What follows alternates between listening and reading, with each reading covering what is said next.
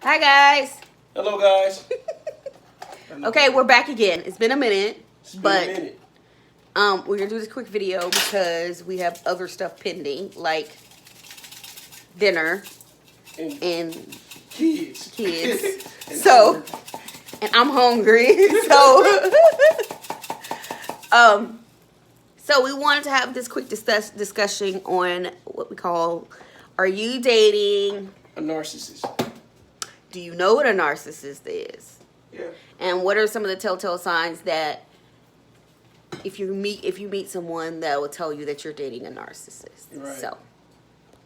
So tell me about your situation. We both have had situations where we've dated narcissistic people and we didn't know that we were dating narcissistic people. Right. We didn't know that person was narcissistic at all. At all.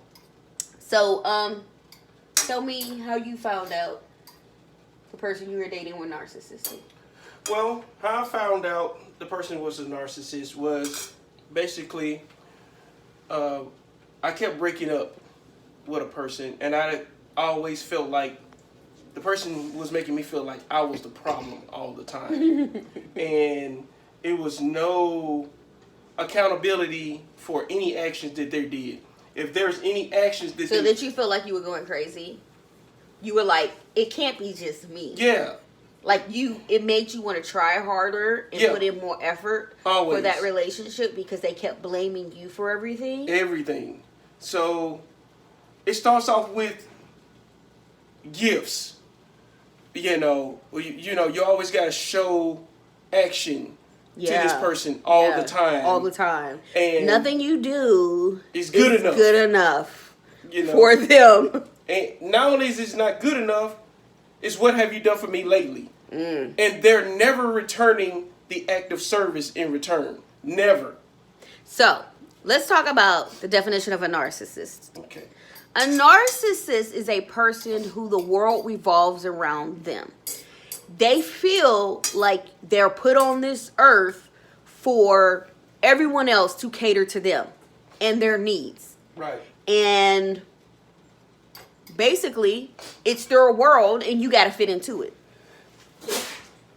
Bless you. Thank you. It's their world and you got to fit into it. And if you don't fit into it, then it's a problem. They finna leave because you're not catering to their every basic need. It's about them all the time. Whether it's buying gifts, taking them out to eat, act of service, constant. They're the center of their own universe. It's never about you. Never. It can even be a sexual thing. It can be, they might use that as a weapon. Whatever they may be. Whatever it may be, the act of service is never returned to you in equal measure. It's always about them. Right.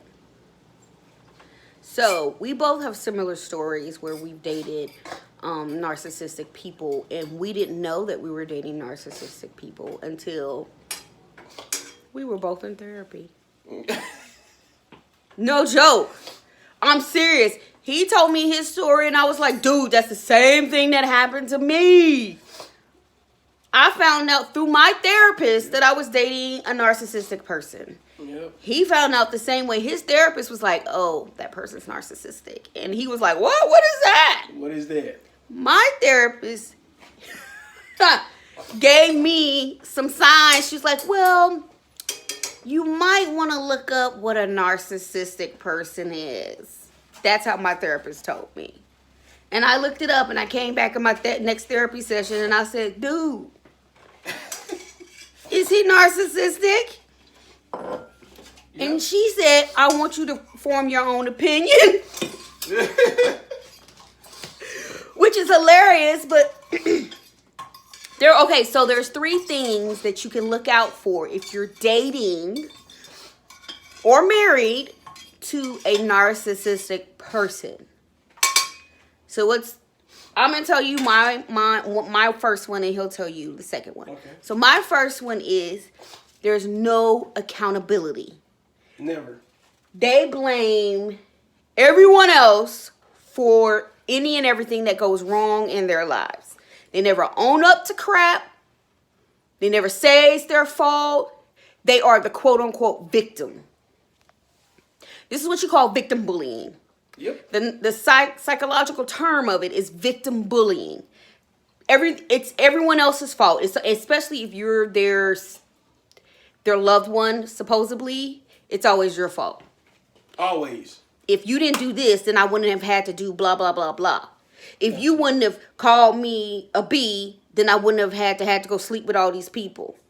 They never own up to the fact that they are grown and they make their own doggone decisions. Right. And it might seem like pride. Like they'll never apologize. They never apologize. They never apologize for anything they do wrong, anything like that. So just to kind of piggyback off what she said. The other thing, second thing, is selfishness. They're extremely selfish. You know, it's usually never an act of service. You know, they are the prize in the relationship, and you got to cater to their need. They the prize. Mm-hmm. So, you know, it can be selfishness as it relates to, hey, can you do X, Y, and Z for me today? No, I'm tired. But they can turn around and ask you the same thing the next day. And don't let you be tired. You can't never be tired. You can't never. You know, whatever that may be, it's an extreme selfishness. You can't never be tired. Never. You can't never have enough money to pay for anything they need. They the prize. It's a shame. It's terrible. And then the last thing I would say, there's multiple things, but the third thing that we're going to talk about is, what did I say it was? Crap, I just forgot. You forgot? What do you think another thing is? Also, outside of doing the fact that you can never do enough. Yeah, you can never do enough. You can never do enough. You can, basically, you'll never be able to fill their love tank up. Never. It's always, what have you done for me lately? Valentine's Day. You know, you might not have it, but you got to do an extreme act of service, or they're mad, or whatever they. It doesn't matter what you do; they're still gonna be mad. It's never enough. We like to, use as be grateful for, the thought of somebody doing something for you. Oh no, you can't have no thought. That don't fly. You can't have no thought. You got to buy expensive gifts. Right. It got to be expensive. Yeah. Something that they can show off. Yes. And they probably want to even use the stuff probably the next day, whatever they may be. But you can never do enough. Never do enough. It's always, what have you done for me lately? Selfishness. What was the one you talked about earlier, the first one? Mm-hmm. What was the first one?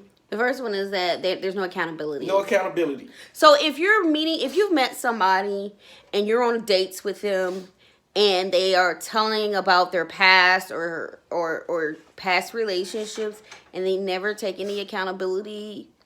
They never say that, oh, well, I've learned from my mistakes, or if they don't ever say anything like that. I did some wrong too. Yeah, they never mature enough to say that I may have did something wrong too. They're never showing any accountability. It's always the other person's fault. Run. Well, yeah, run. You'd never be able to please them. Never. Run far and fast as you can. And if they require gifts all the time, you gotta call them all the time. You can't never not have an off day where you don't feel like talking to nobody. You done worked all day. You tired. You don't feel like dealing with nothing or nobody. You can't have one of them days because they mad. Yeah. You ain't gonna make no time for me. It's always about them. Anyways, those are the few things that we just wanted to come on here and do a quick conversation about because we're cooking. Anyways, thank you guys. If y'all have any questions, or if you have dated someone who's a narcissistic person and you have tips to share, put it in the bottom. Let us know. We would definitely discuss it because more people need to know what a narcissistic person is. Right? Right. And also just share some thoughts on what you guys think a narcissist is based on your own relationships and your life experiences. All right. We'll talk to y'all later on the Bye, next guys. time See you next time on the conversation. on Bye. the conversation.